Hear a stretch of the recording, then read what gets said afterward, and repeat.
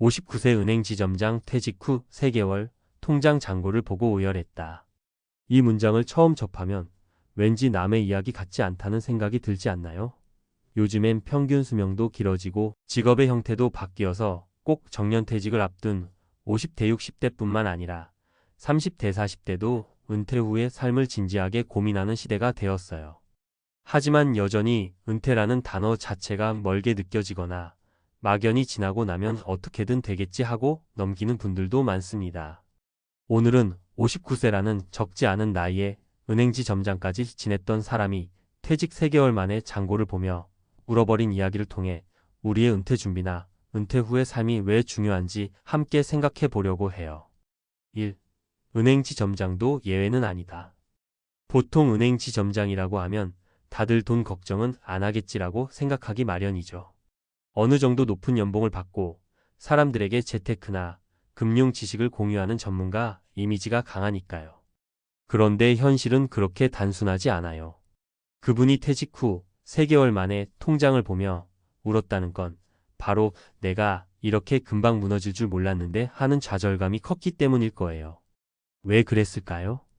높은 수입을 안정적으로 받았던 시절에는 월급이 끊임없이 들어왔고 대출금이나 각종 비용이 나가더라도 크게 걱정하지 않았습니다.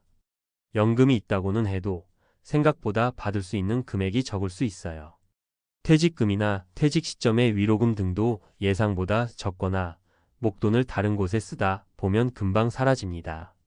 은행에서 근무하던 시절 대출이나 금융 상품을 잘 이해하고 운영한다고 해도 실제로 은퇴 후 월급 없이 고정 지출을 충당하기란 쉽지 않습니다. 결국 왜 하필 내가 이런 상황이 됐지? 하고 절망감을 느끼는 것은 우리 누구에게나 일어날 수 있는 일이죠. 자, 그러면 실제 은퇴 후 삶에서 어떤 고민과 일이 벌어지는지 구체적인 사례를 3가지 들어 소개해 볼게요. 2. 은퇴 후 현실 3가지 사례. 사례 A. 55세 조기 퇴직한 대기업 과장. 시간은 많아졌는데 돈이 문제. 대기업에서 과장 직급까지 올랐던 분이 계셨습니다. 나이는 55세였고 회사 사정으로 희망퇴직을 하게 됐죠. 퇴직금도 나름 풍족했고 30년 가까이 일했던 덕에 어느 정도 연금도 보장된다고 생각했습니다. 막상 퇴직 후 첫 달은 자유로운 삶이 너무 행복했어요.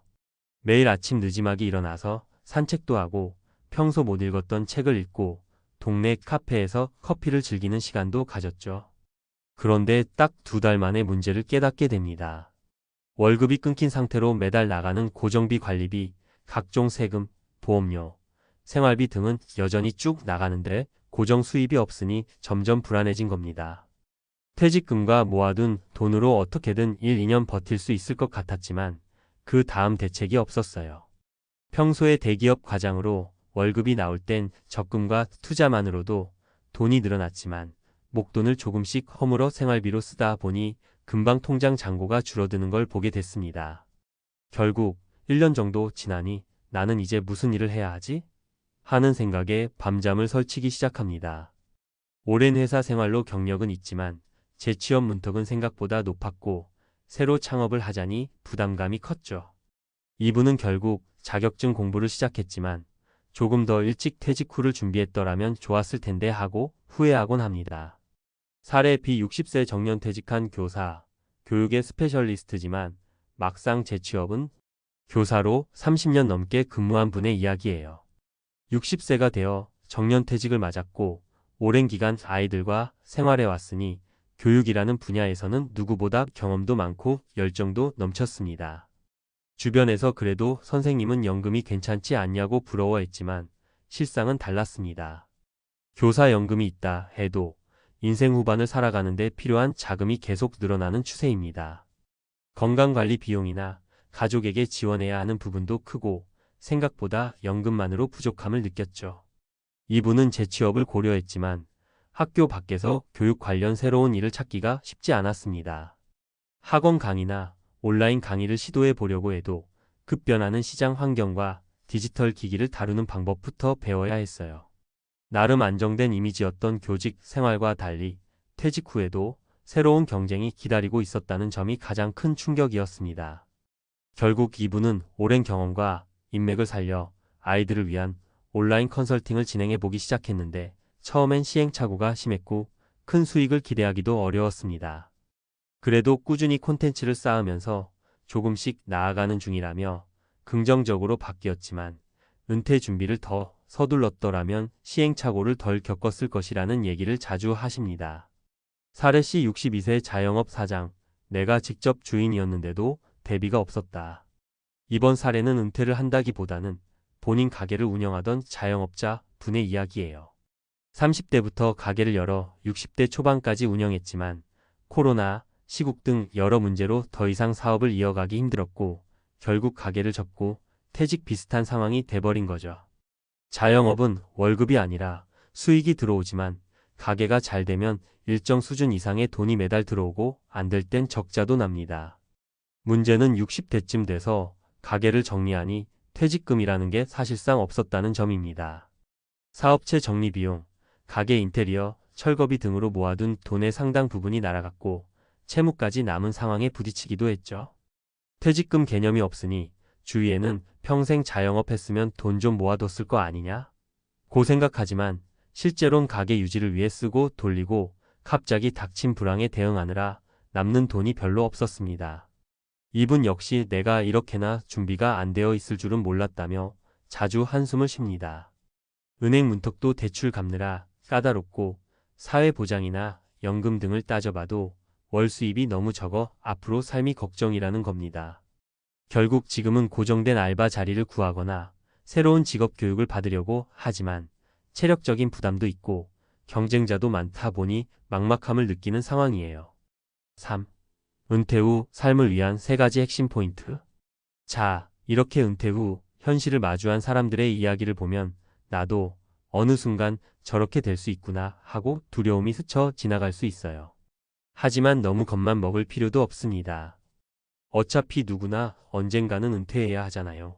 그럼 어떻게 대비할 것인가가 중요해지겠죠. 다음 3가지 포인트가 도움이 될 수 있을 거예요. 은퇴 시점을 구체적으로 설정하고 재무 계획을 수립하기.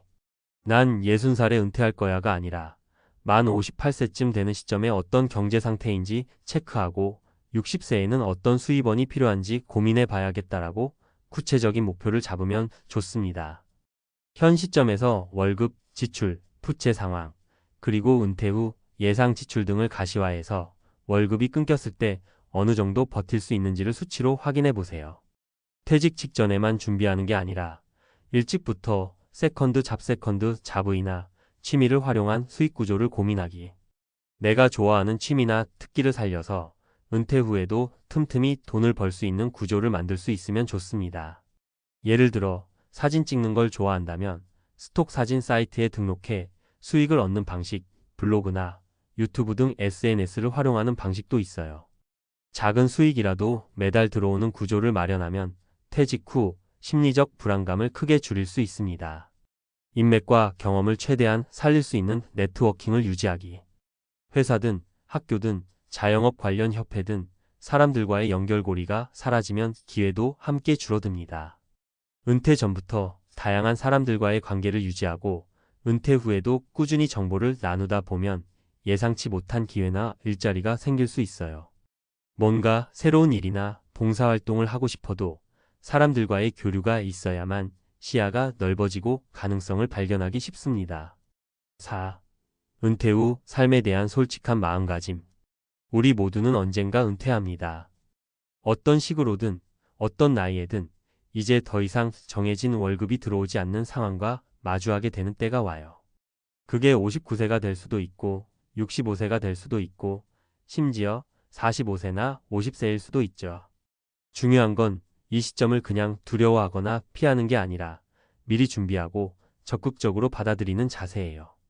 두려움을 직시하기 은퇴를 생각하기만 해도 머리가 지끈거리고 나 아직 준비 안 됐는데 하며 외면하고 싶어지죠. 하지만 직면해야 합니다. 지금 재무 상황이 어떻고 은퇴 후엔 어떻게 바뀔지 구체적으로 써보는 거예요. 작은 도전이라도 당장 시작하기. 은퇴 후 나에게 맞을 만한 작은 알바나 작은 사업 아이템을 생각해보고 아주 작은 규모라도 시도해보세요. 막상 해보면 내가 생각했던 것만큼 쉽지 않구나 혹은 의외로 내가 할 만하네?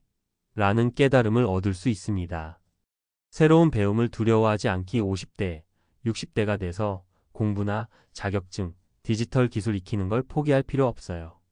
요즘은 기회가 넘쳐납니다.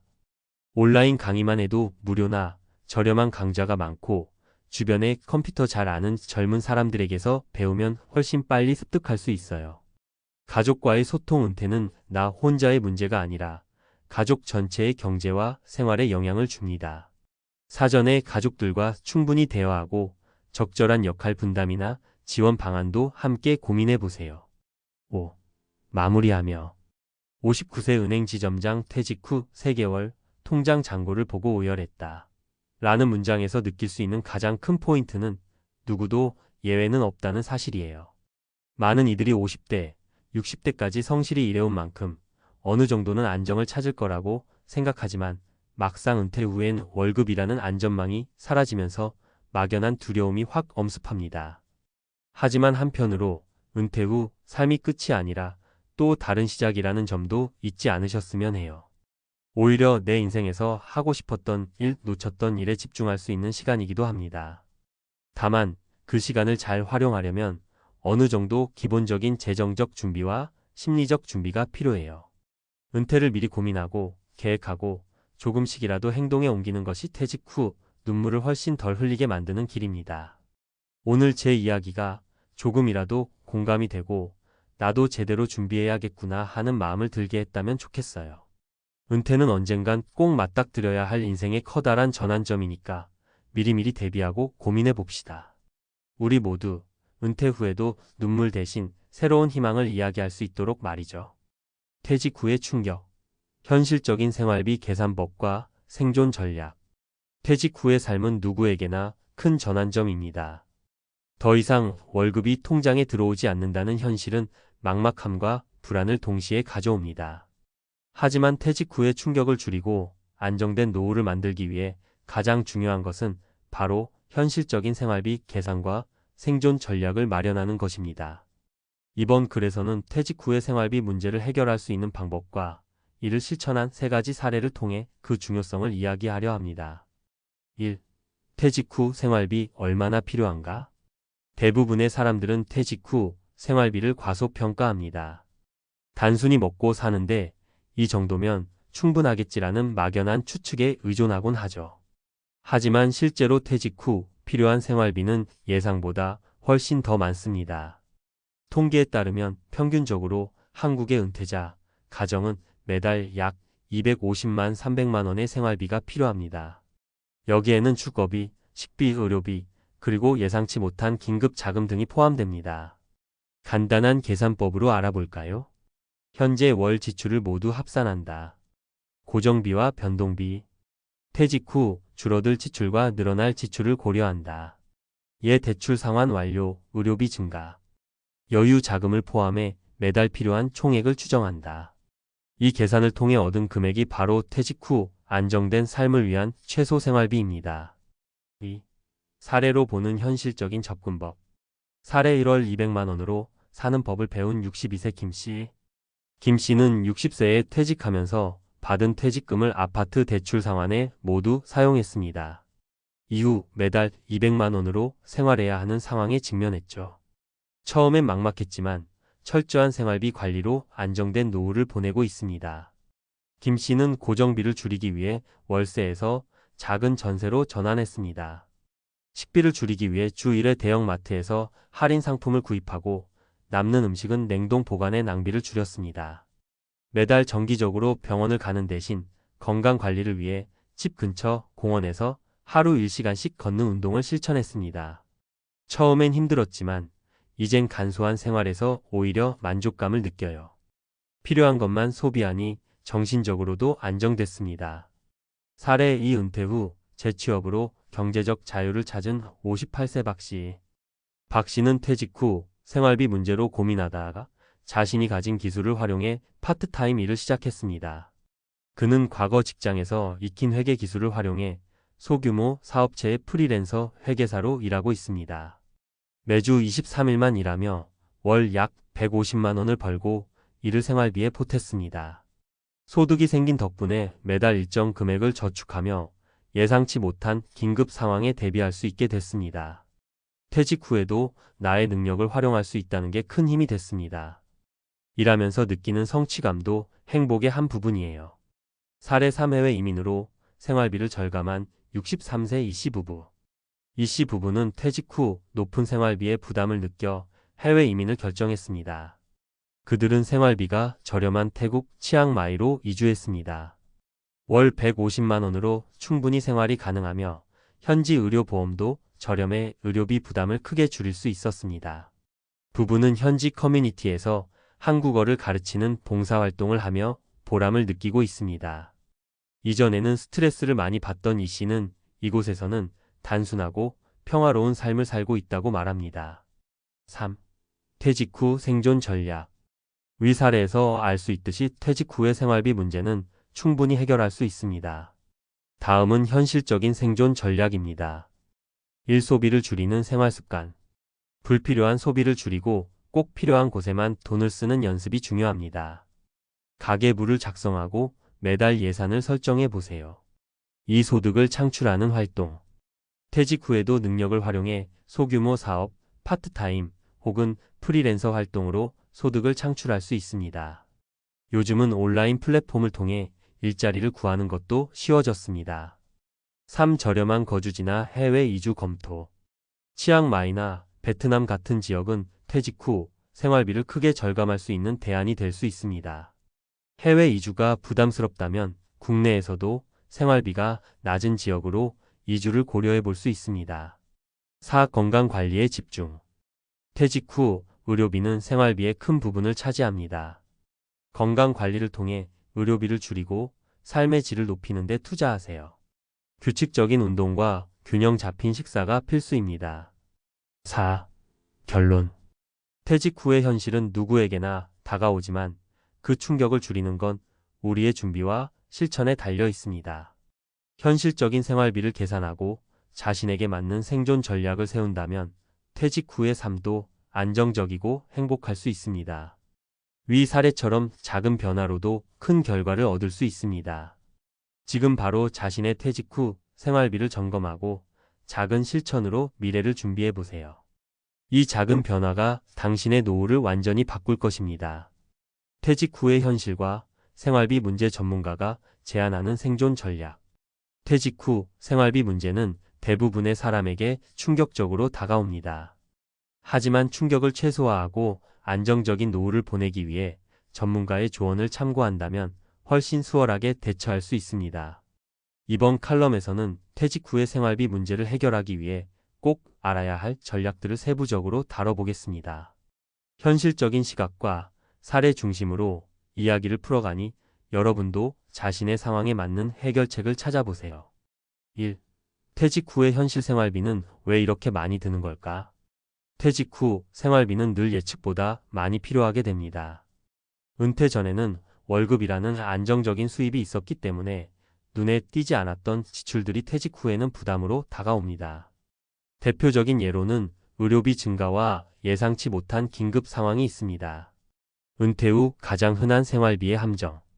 고정비 증가, 주거비, 관리비, 공과금 등은 나이를 먹어도 변하지 않습니다. 오히려 단독으로 살게 되면 이러한 비용은 더 크게 느껴지죠. 의료비 폭발. 나이가 들수록 병원을 찾는 횟수는 증가합니다.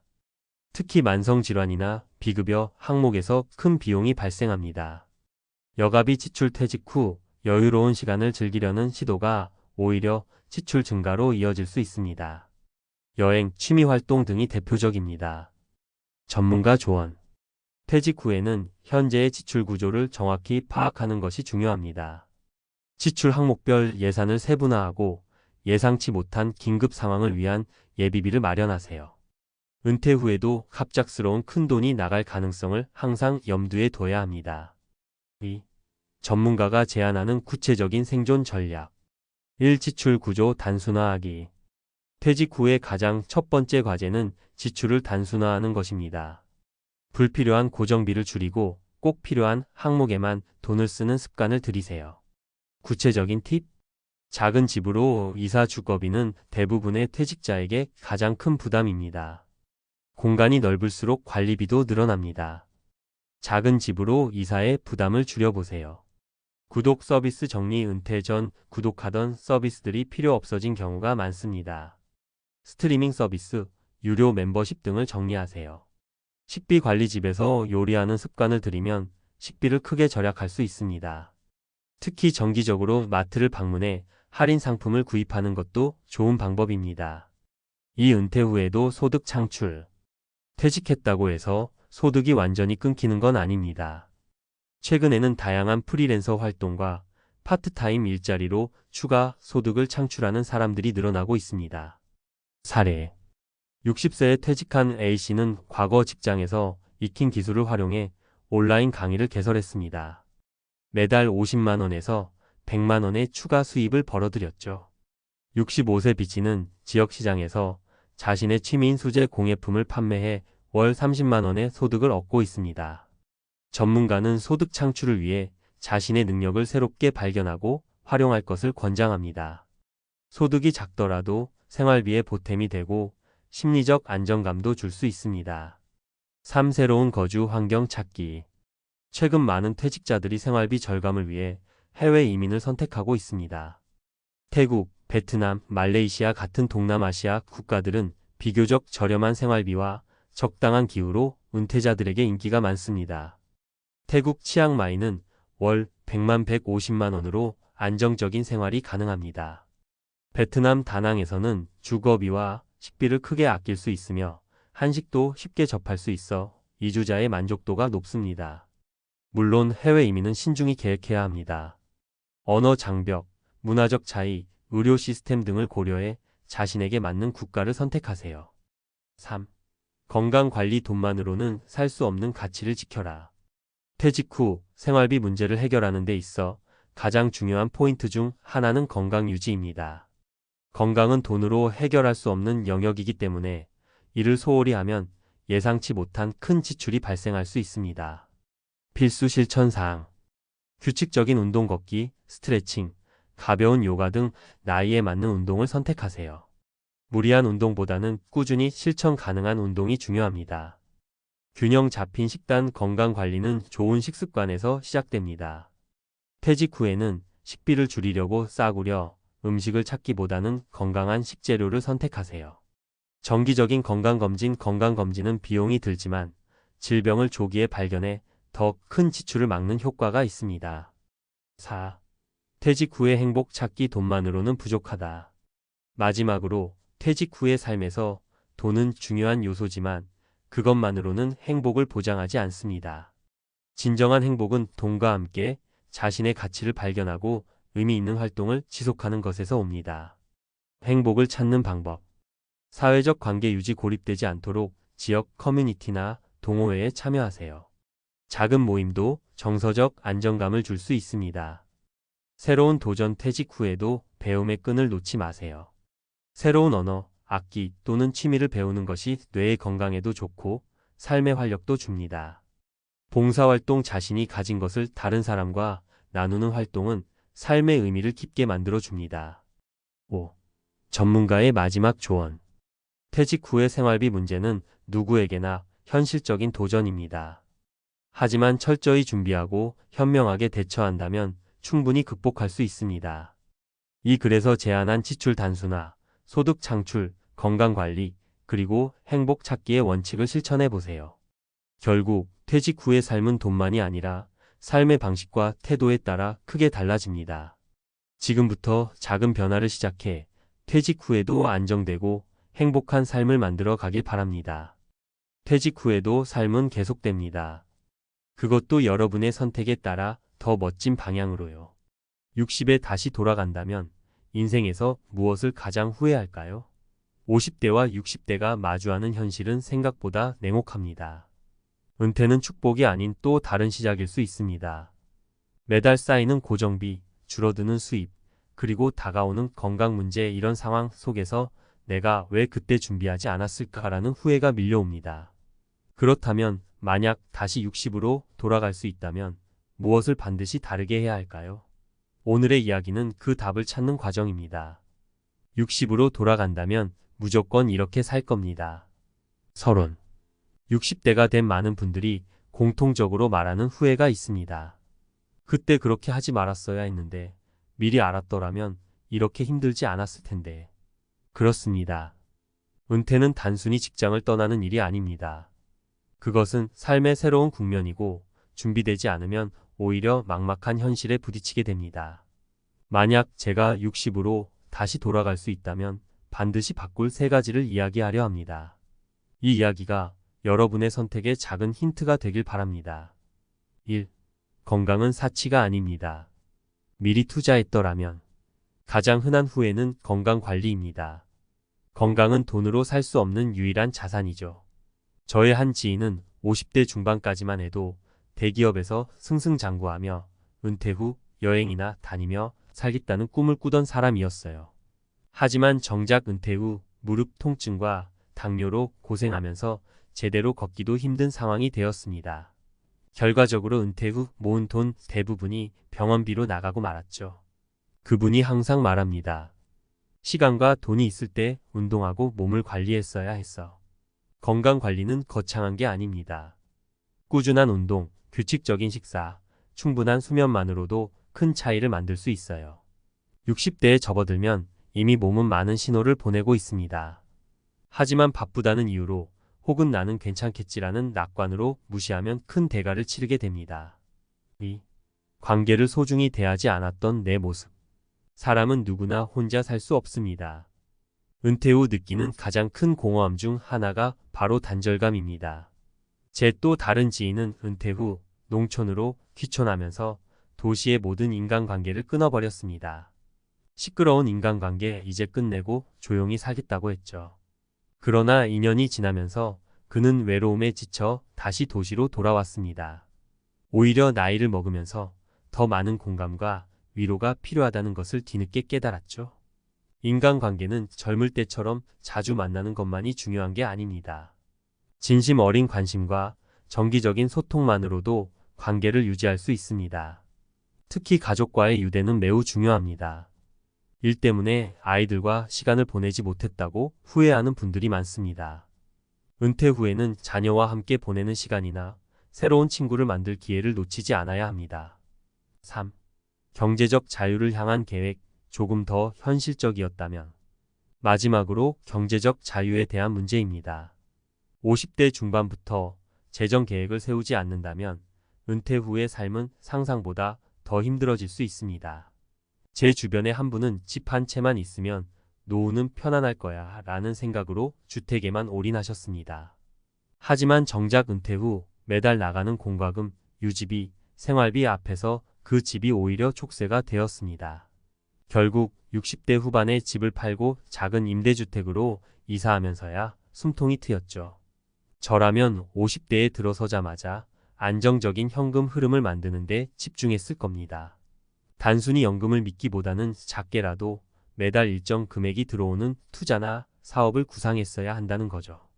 특히 요즘은 60대도 다양한 방법으로 소득을 창출할 수 있습니다. 유튜브를 운영하거나 온라인 강의를 열거나 작은 자격증으로 부업을 시작하는 것도 좋은 방법입니다. 결론. 50대와 60대는 새로운 인생의 전환점입니다. 은퇴를 두려워하는 것이 아니라 기회로 삼기 위해서는 건강, 관계, 경제적 자유에 대한 철저한 준비가 필요합니다. 제가 다시 60으로 돌아간다면 이 3가지를 철저히 준비하며 살았을 겁니다. 여러분도 늦었다고 생각하지 마세요. 지금이 바로 여러분의 미래를 바꿀 순간입니다. 60으로 돌아간다면 무조건 이렇게 살 겁니다. 마이너스 전문가 칼럼. 서론 은퇴 후 상상 이상으로 힘든 현실. 은퇴가 다가오면서 우리는 무언가 큰 변화가 일어날 것이라고 기대합니다. 이제 여유롭게 살겠다. 평생 여행 다니며 지내야지 하는 생각을 많이 하죠. 하지만 실제로 은퇴 후의 삶은 우리가 상상한 것과 많이 다릅니다. 경제적인 불안정성, 신체의 변화, 사회적 고립 등 여러 가지 현실적인 문제들이 하나둘씩 찾아옵니다. 이 모든 것을 막기 위해서는 미리 준비를 해야 한다는 사실을 은퇴 후에 깨닫는 사람들이 많습니다. 만약 다시 60으로 돌아갈 수 있다면 저는 다음과 같은 3가지를 확실히 바꾸려고 합니다. 여러분도 꼭 이 조언을 마음에 새기시길 바랍니다. 1. 건강은 나중이 아니라 지금이다. 많은 사람들이 나중에 운동할 거야. 또는 이제 나이가 있으니 운동은 과도할 것 같아라고 생각합니다. 하지만 은퇴 후 혹은 60대에 접어든 사람들에게 가장 중요한 자산은 건강입니다. 60대부터는 몸이 급격하게 변하기 시작합니다. 관절, 근육, 심장 등 우리의 몸은 젊을 때와 달리 더 많은 신경을 써야 하고 소홀히 하면 그 대가는 굉장히 큽니다. 제가 만난 한 분은 50대 초반까지도 아주 활발하게 일하셨습니다. 하지만 어느 날 갑자기 건강이 나빠지며 평소 즐겨하던 운동도 산책도 못하게 되었고 결국 60대 중반에는 외출도 제대로 하지 못하는 상태가 되었습니다. 그분은 당시 이렇게 말했습니다. 젊을 때 운동을 꾸준히 했더라면 이런 일은 없었을 거야. 은퇴 후의 삶이 아무리 여유롭다 해도 건강을 지키지 않으면 그 여유는 오래가지 않습니다. 우리 몸은 시간이 지나면서 변화하고 그 변화는 점차 불가역적으로 나타납니다. 무릎이나 허리, 어깨 등의 통증은 50대 중반부터 나타나기 시작하고 60대가 되면 더 심해집니다. 그런 몸 상태에서 아무것도 하지 않으면 결국 일상적인 생활도 힘들어질 수 있습니다. 그래서 저는 50대부터 꾸준히 운동을 시작했어야 했고 작은 목표라도 세워서 건강을 관리했어야 했다고 생각합니다. 그렇다면 지금은 어떤 방법을 취해야 할까요? 첫 번째는 무리하지 않고 규칙적인 운동을 하는 것입니다. 걷기, 요가, 스트레칭, 자전거 타기 등 간단한 운동이라도 꾸준히 하는 것이 중요합니다. 또 중요한 건 운동만큼 식단도 중요합니다. 몸에 좋은 음식을 골고루 섭취하고 영양소를 충분히 공급받는 식습관을 만들어야 합니다. 2. 인간관계를 소홀히 하지 말자. 은퇴 후 외로움을 막는 법? 은퇴 후의 가장 큰 문제 중 하나는 사회적 고립입니다. 직장을 다니면서 우리는 매일 다양한 사람들과 교류하고 일정한 사회적 네트워크를 유지합니다. 하지만 은퇴 후에는 그 네트워크가 단절되기 쉽습니다. 특히 대부분의 사람들이 주로 직장 동료들과 교류했기 때문에 은퇴 후엔 외로움이 급격하게 다가올 수 있습니다. 제가 만난 또 다른 분은 은퇴 후 혼자만의 시간을 즐기겠다며 일부러 사람들과의 만남을 줄였습니다. 그러나 몇 년이 지나면서 그는 사람들과의 소통이 점점 어려워지고 있다는 것을 느꼈습니다. 나이가 들어가면서 사람들과의 소통은 더 중요해지기 때문입니다. 그분은 이렇게 말했습니다. 친구들, 가족들과 자주 연락을 하고 소통하는 게 얼마나 중요한지 늦게나마 깨달았다. 저는 이분의 말을 들으며 정말 중요한 교훈을 얻었습니다. 은퇴 후에는 인간관계를 더욱 소중히 여겨야 합니다. 특히 가족과의 관계는 더욱 중요합니다. 자녀들과의 소통, 친구들과의 만남, 커뮤니티 활동 등을 통해 사회적 유대감을 지속적으로 유지하는 것이 은퇴 후의 삶을 풍요롭게 만들어줄 수 있습니다. 매일 만나는 사람들이 적어진다고 해서 외로움을 무시하고 살아가면 안 됩니다. 인간관계는 단순히 외부와의 연결이 아니라 내 마음의 건강에도 영향을 미치기 때문입니다. 은퇴 후에는 적어도 한 달에 한 번이라도 가까운 사람들과 만나는 기회를 만들고 사회적 모임에 적극적으로 참여하는 것이 중요합니다. 3. 경제적 자유를 위한 철저한 준비. 작은 것부터 시작하기. 많은 사람들이 은퇴 후에는 수입이 줄어들 것이라는 사실을 인식하지 못한 채 살아갑니다. 집 한 채만 있으면 될 거야. 연금만 있으면 생활이 가능할 거야 라는 생각을 하지만 현실은 그렇지 않습니다. 저는 그동안 경제적인 준비를 제대로 하지 않았던 점이 가장 큰 후회로 남습니다. 여기서 중요한 점은 단순히 수입이 줄어든다는 사실이 아니라 내가 할 수 있는 경제적 활동이 제한적이라는 것입니다. 한 예로 은퇴 후 모든 시간을 놀고 싶다는 마음을 갖고 있지만 의외로 많은 은퇴자들이 경제적 자유를 느끼지 못하고 살아갑니다. 제 친구는 은퇴 후 경제적 여유가 생길 줄 알았지만 의료비, 생활비 등 예기치 못한 지출이 계속해서 나가면서 결국 다시 일자리를 찾아야 했습니다. 그 친구는 돈은 준비된 자만 얻는 거란 걸 느꼈다고 말했습니다. 따라서 은퇴를 준비하는 데 있어서 경제적인 부분은 미리 준비하는 것이 중요합니다. 예를 들어 직장을 다니면서도 조금씩 투자를 시작하거나 추가적인 소득원을 마련해 두는 것이 필요합니다. 요즘은 유튜브나 블로그, 온라인 강의 등을 통해 은퇴 후에도 소득을 창출할 수 있는 방법이 많이 있습니다. 단지 돈을 많이 벌어야 한다는 생각에서 벗어나 어떻게 안정적인 소득을 만들 수 있을까를 고민하는 것이 중요합니다. 결론 은퇴 후 행복한 삶을 위한 준비. 60대는 새로운 인생의 시작입니다. 은퇴가 곧 삶의 끝이 아니라 또 다른 기회의 시작일 수 있다는 점을 잊지 말아야 합니다. 하지만 이 기회를 제대로 살리기 위해서는 건강, 인간관계, 경제적 자유에 대한 준비가 필요합니다. 이 세 가지를 미리 준비하고 꾸준히 실천하며 살았다면 은퇴 후에는 더 행복하고 자유로운 삶을 누릴 수 있습니다. 60으로 돌아간다면 저도 분명히 그때 그 일을 더 빨리 시작했을 겁니다. 지금 이 글을 읽고 있는 여러분도 더 늦지 않았습니다. 지금 바로 건강, 인간관계, 경제적 준비를 시작하세요. 여러분의 미래는 여러분의 손에 달려 있습니다. 50대, 60대에 접어들며 은퇴를 앞둔 지금 가장 큰 걱정은 역시 돈입니다. 젊었을 때는 열심히 일하며 모은 자산이면 충분할 것 같았지만 막상 현실은 다릅니다. 경제는 예측할 수 없이 흔들리고 한번 터진 금융위기는 우리의 노후를 송두리째 무너뜨릴 수 있죠. 은퇴 후에도 여전히 돈 때문에 잠 못 이루는 당신, 이번엔 정말로 안정적인 방법이 필요하지 않으신가요? 은퇴 후 갑자기 금융위기 닥쳐도 걱정 없는 포트폴리오 구성 방법은? 여러분, 은퇴를 앞두고 있거나 이미 은퇴하셨다면 지금 가장 걱정되는 건 바로 노후 자산의 안정성 아닐까요?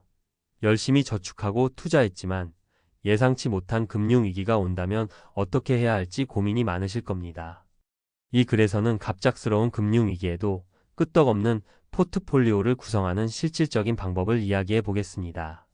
그리고 실제 사례를 통해 왜 이런 전략이 중요한지 설득력 있게 설명드릴게요. 1. 포트폴리오 다각화. 모든 계란을 한 바구니에 담지 마라. 먼저 한 가지 투자처에만 의존하지 않는 것이 중요합니다. 예를 들어 한 지인이 2008년 금융위기 당시 전 재산을 주식에 투자했습니다. 초기엔 수익이 괜찮았지만 금융위기가 터지면서 거의 70% 가까운 자산을 잃게 되었죠. 하지만 같은 시기에 다른 친구는 부동산, 금, 채권, 그리고 현금을 적절히 분산 투자해 위기를 무사히 넘겼습니다. 주식이 떨어졌어도 금값이 올라가 손실을 메꿀 수 있었고 채권과 현금 덕분에 생활비 걱정도 없었죠. 실천 팁. 주식과 채권의 비율을 7030 또는 6040으로 구성하세요. 부동산이나 REITs 부동산 투자, 신탁로 일부 자산을 분산하세요. 금이나 실물 자산의 510% 정도 투자해 안전판을 마련하세요. 2. 현금 흐름 확보. 노후에는 수익이 아닌 안정성이 생명이다. 두 번째는 정기적인 현금 흐름을 만들어야 한다는 겁니다. 한 은퇴자는 퇴직금으로 상가를 구입해 월세를 받았습니다. 초반에는 좋은 선택처럼 보였죠. 그러나 코로나19 팬데믹으로 상가, 공실이 늘어나면서 월세 수입이 끊기고 유지비 부담만 커졌습니다. 반면 또 다른 은퇴자는 배당주와 채권 ETF에 투자해 매달 일정한 배당 수익을 얻고 있었습니다. 주식시장이 흔들려도 배당은 꾸준히 들어왔고 은퇴 생활이 크게 흔들리지 않았죠. 실천 팁. 배당주에 투자해 매달 수익을 확보하세요. 채권 ETF를 활용해 정기적인 이자를 받으세요. 월세 부동산은 지역과 수익률을 꼼꼼히 따져보세요. 3. 비상금 마련. 예상치 못한 상황에 대비하라. 마지막으로 금융위기뿐 아니라 갑작스러운 상황에 대비할 비상금이 꼭 필요합니다. 제 지인의 부모님은 노후 자금을 모두 고수익 펀드에 투자했는데 막상 의료비가 필요해졌을 때 돈을 찾을 수 없었습니다. 결국 손해를 보고 펀드를 해지할 수밖에 없었죠. 반면 또 다른 사례를 보면 한 은퇴자는 비상금을 은행 예금과 머니마켓 펀드 MMF에 나누어 보관했습니다. 금융위기가 와도 필요한 돈을 바로 인출할 수 있어 심리적으로도 안정감을 가질 수 있었죠. 실천 팁. 전체 자산의 최소 6개월치 생활비를 비상금으로 확보하세요. 쉽게 인출 가능한 예금 계좌나 MMF를 활용하세요. 비상금을 절대 투자 목적으로 사용하지 마세요. 결론. 안정성과 유연성을 겸비한 포트폴리오가 답이다. 여러분, 은퇴 후 금융위기와 같은 예기치 못한 상황은 누구에게나 올 수 있습니다. 중요한 것은 이 상황을 얼마나 잘 대비했느냐에 따라 여러분의 노후가 완전히 달라질 수 있다는 점입니다. 다각화된 투자로 위험을 분산하고 정기적인 현금 흐름을 만들어 생활을 안정적으로 유지하며 비상금을 통해 갑작스러운 상황에 대비한다면 어떤 위기 상황에서도 여러분의 노후 자산은 안전하게 지켜질 겁니다. 은퇴 후에도 돈 걱정 없는 삶을 원하신다면 지금 당장 이 세 가지를 점검해 보세요. 여러분의 노후가 더 빛날 수 있도록 오늘이 그 출발점이 되기를 바랍니다. 전문가 칼럼 은퇴 후 금융위기에도 흔들리지 않는 포트폴리오의 비밀. 여러분, 은퇴 후의 삶에서 가장 중요한 요소는 무엇일까요? 바로 재정의 안정성입니다. 그러나 현실은 녹록지 않습니다. 예상치 못한 금융위기나 경제적 변화는 우리의 노후를 송두리째 흔들 수 있습니다. 그렇다면 어떤 포트폴리오를 만들어야 이런 상황에서도 흔들리지 않을 수 있을까요? 오늘은 조금 더 깊이 들어가 실질적이고 실천 가능한 전략을 말씀드리겠습니다. 1. 다각화는 선택이 아니라 필수입니다. 투자의 세계에서 자주 들리는 말이 있습니다. 모든 계란을 한 바구니에 담지 마라. 이 문장은 우리가 어떻게 돈을 관리해야 할지를 완벽히 요약합니다. 한 사례를 들어볼게요. 58세에 은퇴한 어씨는 전 재산을 고배당 주식에 투자했습니다. 초기엔 배당금이 잘 들어와 생활비를 충당할 수 있었지만 갑작스러운 주가 하락으로 큰 손실을 보게 되었습니다. 반면 같은 연령대의 B씨는 주식, 채권, 금, 그리고 부동산 리츠 REITS에 고르게 투자했습니다. 주식시장이 흔들렸지만 채권과 금 가격이 올라 손실을 상쇄할 수 있었고 안정적인 부동산 수익으로 생활비를 충당할 수 있었습니다. 전문가 조언. 주식, 채권, 금, 그리고 부동산 리츠 REITS로 포트폴리오를 분산하세요. 투자 비율은 개인의 위험 감수 성향에 따라 다르지만 7030도는 6040의 비율로 주식과 채권을 나누는 것이 일반적입니다. 전체 자산의 510%를 금이나 다른 실물 자산에 투자해 금융위기에도 대비하세요. 2. 현금 흐름이 있는 자산으로 생활비를 안정화하세요. 노후 자산은 단순히 가치가 오르는 자산만으로 구성되어선 안 됩니다. 매달 고정적인 수입을 만들어주는 자산이 포함되어야 합니다.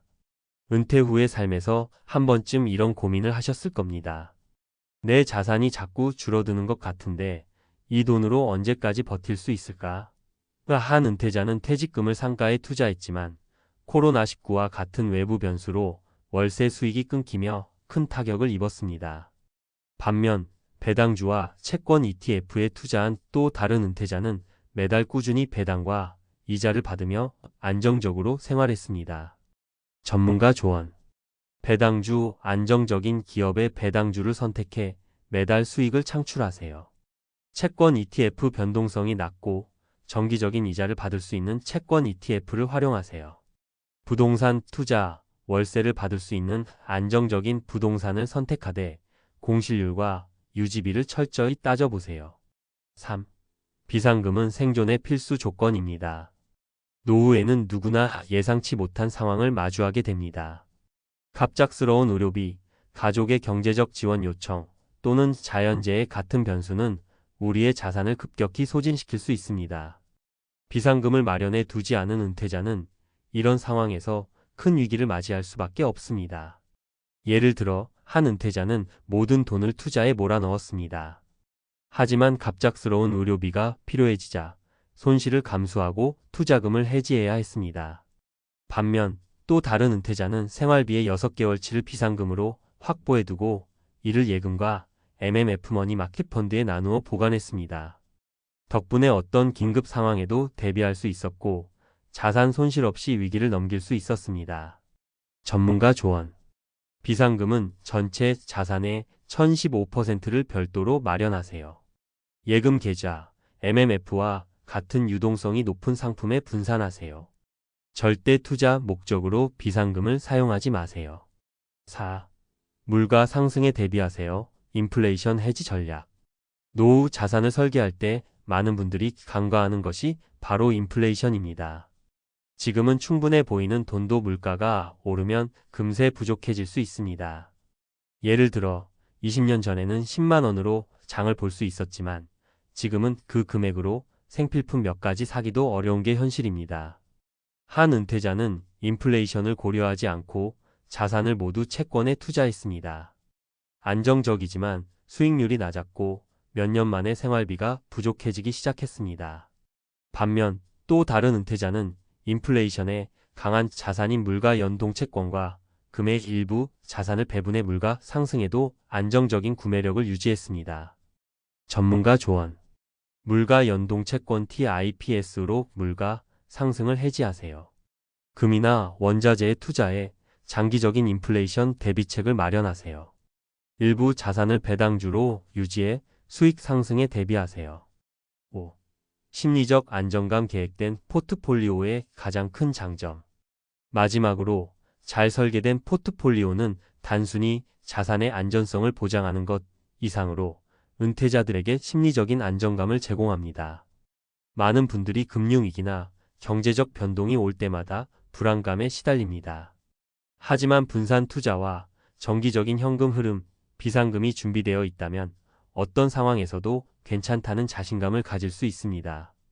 이제 여러분도 은퇴 후 갑작스러운 금융위기에도 걱정 없는 삶을 위해 오늘부터 차근차근 준비해 보세요. 작은 습관 하나가 여러분의 노후를 완전히 바꿀 수 있습니다. 결론. 다양한 자산에 분산 투자하세요. 정기적인 현금 흐름을 확보하세요. 비상금을 마련해 갑작스러운 상황에 대비하세요. 인플레이션을 고려한 자산 배분을 실행하세요. 여러분의 노후가 금융위기에도 흔들리지 않는 단단한 기반 위에 서 있기를 진심으로 응원합니다. 지금부터 시작해도 결코 늦지 않았습니다.